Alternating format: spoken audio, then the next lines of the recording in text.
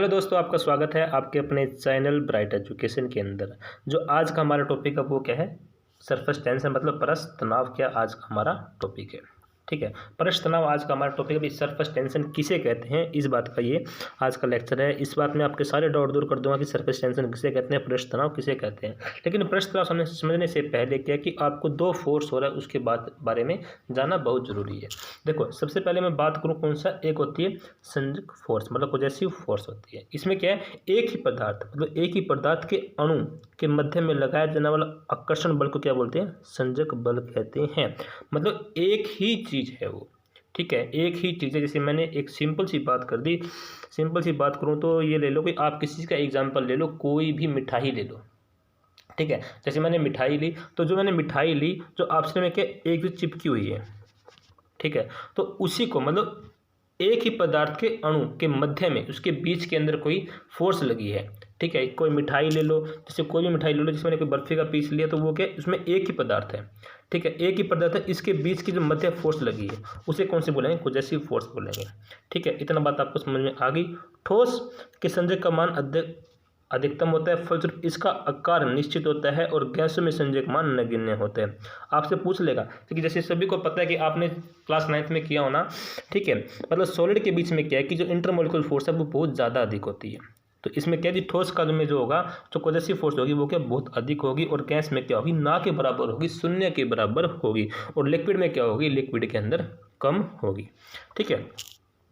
आगे बात करें, अगली बात करें एडेसिव फोर्स मतलब आसंजक बल के बारे में बात करें। इसमें क्या होता है, दो विभिन्न पदार्थ के अणु के बीच में लगने वाला आकर्षण बल को आकर्षक बल कहते हैं।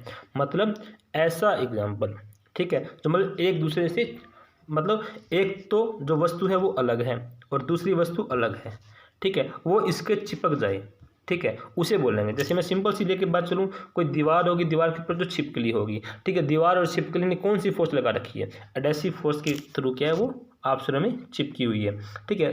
देखो, दो विभिन्न पदार्थ अणु के बीच में लगने वाला आकर्षण बल को आसंजक बल कहते हैं, एडेसिव फोर्स बोलते हैं। और आसंजक बल का कारण क्या है? एक दूसरे के एक वस्तु दूसरे से चिपकती है, मतलब जो एक वस्तु दूसरे पे क्या चिपक जाती है उसे क्या बोलते हैं? एडेसिव फोर्स बोलते हैं, ठीक है। ये बात आपको समझ में आ गया।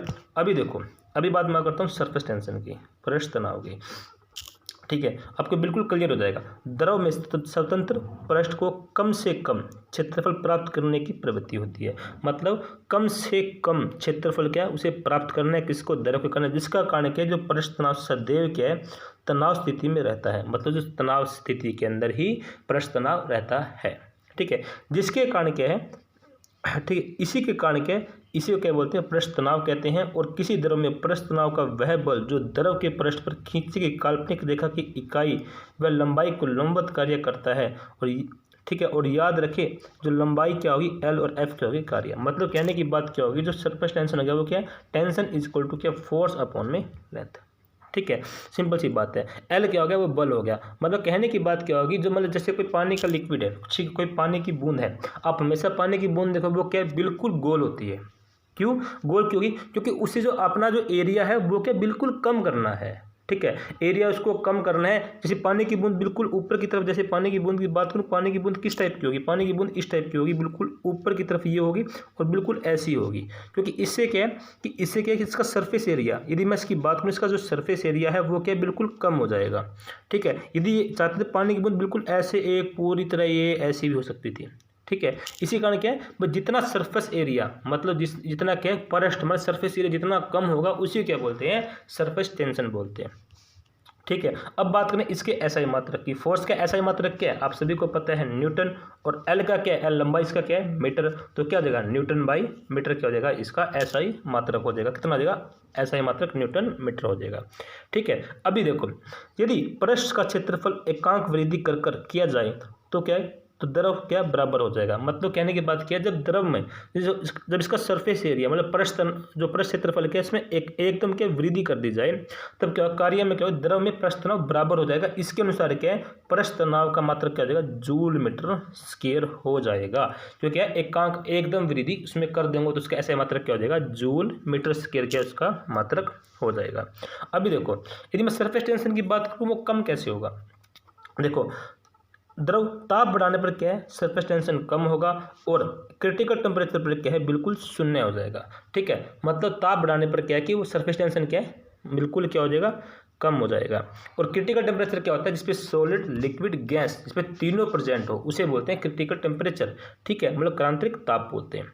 ठीक है, आगे देखो, घुलनशील नमक मिलाने पर पृष्ठ तनाव बढ़ जाता है। यदि हम नमक मिलाएंगे तो क्या है, जो पृष्ठ तनाव है, जो सरफेस टेंशन है, वो क्या है, अधिक हो जाएगा। इस बात को याद रखना। ठीक है, ये सारा क्या था, ये सारा सरफेस टेंशन था। आगे बात करें कोशितव की, बात करें इसके अंदर क्या होती है, इसके अंदर जो जैसे देखो इसमें क्या होती है, केस नली क्या होती है, एक ऐसी खोखली नली, कोई ऐसी खोखली नली, मतलब कोई नली है वो खोखली है जिसकी त्रिज्या बहुत कम है, जिसका जो त्रिज्या है वो क्या बहुत ही कम है। ठीक है, और एक समान है, उसे क्या बोलते हैं, केस नली बोलते हैं। मतलब ऐसी कोई पाइप जिसका क्या त्रिज्या बहुत ही ज़्यादा कम है।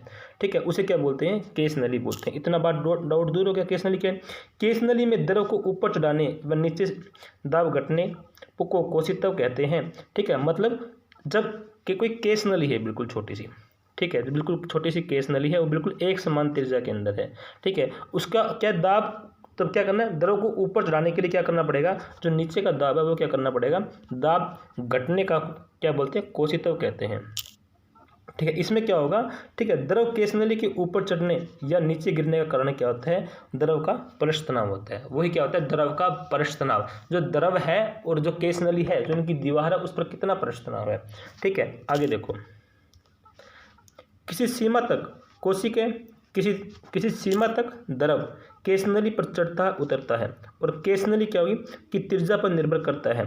संकेत नली द्रव को चढ़ाव अत्यधिक चौड़ाई व मोटाई पर निर्भर नहीं करता। मतलब कहने की बात क्या है कि जो कोई भी केस नली के ऊपर जो पानी चढ़ेगा डिपेंड किस पे करेगा, वो उसकी त्रिज्या पर डिपेंड करेगा। जितनी त्रिज्या कम होगी पानी क्या उतना ही ऊपर चढ़ेगा, और जितनी त्रिज्या अधिक होगी क्या पानी उतना ही कम ऊपर चढ़ेगा। इस बात को याद रखना।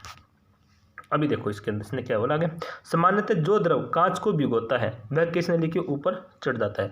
मतलब जो द्रव होगा, ठीक है, जो पानी के जो कांच को भिगो सकता है वो क्या ऊपर चढ़ेगा।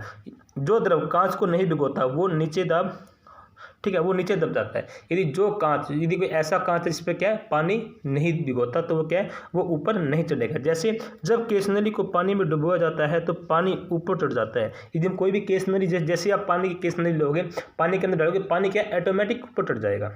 ठीक है, ऊपर चढ़ जाएगा, और पानी की सतह केस नली के अंदर धंसा हुआ रहता है, और जो पानी क्या है वो क्या केस नली के अंदर धंसा हुआ रहता है। और इसके लिए क्या है, स्पर्श कोण, ठीक है, और उसे क्या बोलते हैं, न्यून कोण कहते हैं। ठीक है, उसका स्पर्श कोण बिल्कुल टच वाला। ठीक, जैसे ये केस नली हो गया, ये जो कोण बनेगा क्या, न्यून कोण बनेगा। न्यून कोण क्या होता है, जो 90 डिग्री से कम होता है।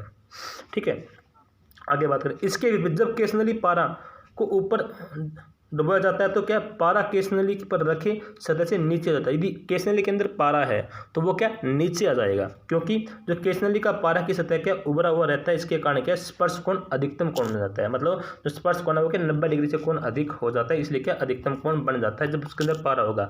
जब पानी होगा तो क्या होगा, 90 डिग्री से कम न्यून कोण बनेगा, और जब पारा होगा तो क्या है अधिक कोण बनेगा। ठीक है, इसके कुछ एग्जाम्पल आप देख सकते हो। ठीक है, कोशितव का उदाहरण क्या क्या है। सबसे पहले बात करें फ्लोटिंग पेपर। ठीक है, स्याही को सिगरेट सोख लेता है। मतलब कोई भी पेपर हो गया, फ्लोटिंग पेपर जिससे बात करूँ, टिश्यू पेपर की बात करूँ, आप उस पर इंक डालो क्या वो जब भी सोख ले, क्योंकि इसके अंदर बने क्या छोटे छोटे छिद्र केस नली के अंदर तरह कार्य करते हैं। इसके अंदर क्या छोटे छोटे छिद्र होते हैं जो केस नली की तरह कार्य करते हैं। आगे लालटेन व लैंप की बत्ती। ठीक है, यदि लालटेन ले या लैंप की बत्ती ले, वो भी क्या है इस पर निर्भर करेगी। आगे पेड़ पौधे की शाखा, तनाव, पत्ती, ठीक है, जल की आवश्यकता के लिए क्या कैसी तब क्रिया के द्वारा पहुंचते हैं। यदि मैं बात करूं कोई भी पेड़ हो गया, ठीक है, कोई पेड़ हो गया, पत्ते हो गया, वो अपना पानी किससे लेते हैं, वो भी अपना पानी क्या कोशितव के उदाहरण से ले, कैपिलरी की सहायता से ही क्या पानी को नीचे से ऊपर की तरफ खींचते हैं। आगे देखो, कृत्रिम उपग्रह के अंदर यदि किसी केस नली के अंदर जल खड़ा किया जाए तो नली में चढ़ने वाला जल संभवतः प्रभाव का शून्य के कारण क्या जल नली एक दूसरे सिरे तक पहुंच जाएगा, और केस नली कितनी भी लंबी क्यों ना हो।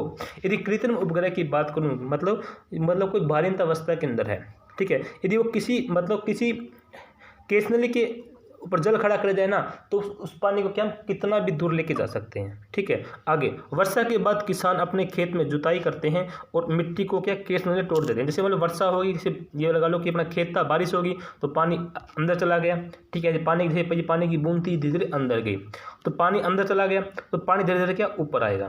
तो क्या करते हैं, जैसे वर्षा हो जाती है, थोड़ी सी जमीन सही होती है, क्या हम ये केस नली को तोड़ देते हैं ताकि पानी ऊपर ना आ सके और जो जमीन है, जो मिट्टी है, वो क्या है अधिक समय तक गीली अवस्था में रहे, नमी अवस्था के अंदर रहे। ठीक है, इसके अंदर देखो, आगे देखो आपका, आगे देखो, पेन का नीब बीच से चिरा हुआ होता है। इसमें एक छोटी सी बारीक केसनली बनी होती है और केसनली के अंदर शाही की नीब की तरह चढ़ जाती है। यदि पेन की बात करें, पेन के अंदर भी क्या होती है, केसनली होती है। जैसे आप पेन यूज करते हैं तो केसनली में क्या है, ऊपर की तरफ चढ़ जाती है। ठीक है, कोशिकाओं की क्रिया के कारण क्या कॉफ़ी पाउडर जल में बहुत ही अधिक शीघ्र से घुल जाता है। यदि हम बात करें कॉफ़ी पाउडर की, ठीक है, वो क्या जल के अंदर जब भी शीघ्रता से घुल जाता है। ठीक है, आगे देखो कुछ इंपॉर्टेंट पॉइंट और है। देखो, पतली सुई पृष्ठ तनाव के कारण पानी में तैर सकती है। जो पतली सुई है कि उसका जो सरफेस एरिया क्या है उसका कम हो गया तो वो क्या पानी में तैर सकती है, बिल्कुल बारीक सुई। ठीक है, ठीक है, साबुन डिटर्जेंट्स मिलाकर क्या पृष्ठ तनाव कम कर सकते हैं और अधिक मैल वाली गिराई पर चले जाते हैं, कपड़ा अधिक साफ हो जाता है। इस साबुन की बात करें हम लोग, क्या करता है साबुन दो काम करता है। एक तो क्या है, जो पानी का सरफेस, जो पानी की जो हार्डनेस है उसको रिमूव करता है, और दूसरा क्या है कि जो सरफेस टेंशन है उसको कम कर देता है। और जिससे कम करेगा तो क्या है कि जो मैल था अधिक, ठीक है, मैंने साबुन लगाया, साबुन से क्या है कि वो मैल क्या है बिल्कुल केस नली की तरह क्या अंदर चला गया और अत्यधिक कपड़े साफ कर देते हैं। आगे देखो, ठीक है, इसमें साबुन के घोल में बुलबुले बड़े इसलिए बनते हैं क्योंकि जल में क्या घोल कर पृष्ठ तनाव कम हो जाता है। साबुन के बुलबुले इसलिए बड़े बनते हैं क्योंकि क्या है कि उसका पृष्ठ तनाव कम हो जाता है। कम होने पर क्या है कि पृष्ठ तनाव कम हो गया तो बुलबुले अधिक उड़ेंगे। ठीक है, पानी पर मछलियों का लावा फेंकते हैं। लावा की बात करूँ जो पानी होता है, ठीक है, यदि मिट्टी का तेल छिड़कते हैं, कुछ भी छिड़क दे, ठीक है, तो क्या पृष्ठ तनाव कम हो जाता है और मछली क्या पानी में डूबकर मर जाते हैं, ना कि मिट्टी के तेल से मरते हैं। जैसे कोई पानी है उसके ऊपर मच्छर है, ठीक है, जैसे आप उसके अंदर मिट्टी का तेल डालो क्या वो पानी के अंदर डूबकर मर जाएंगे। ठीक है, और इसी प्रकार लास्ट पॉइंट क्या है कि गर्म सूप स्वादिष्ट लगता है तो क्या, क्योंकि गर्म द्रव क्या है पृष्ठ तनाव कम होता है और जीभ पर पूरी तरह अच्छी तरह से फैल जाता है। जब हम सूप पीते हैं, गर्म गर्म सूप पीते हैं तो क्या है, जैसे ही सूप पीते हैं तो क्या है गर्म गर्म सूप क्या पानी जो पूरी जीभ पर क्या फैल जाता है और हमें अत्यधिक स्वादिष्ट लगता है। इसलिए क्या ठंडा सूप हम कभी भी नहीं पीते। ठीक है, ये था हमारा चैप्टर नंबर 7। वीडियो अच्छी लगी वीडियो को लाइक करना, चैनल को सब्सक्राइब करना। मिलते हैं नेक्स्ट वीडियो के साथ। Thank you.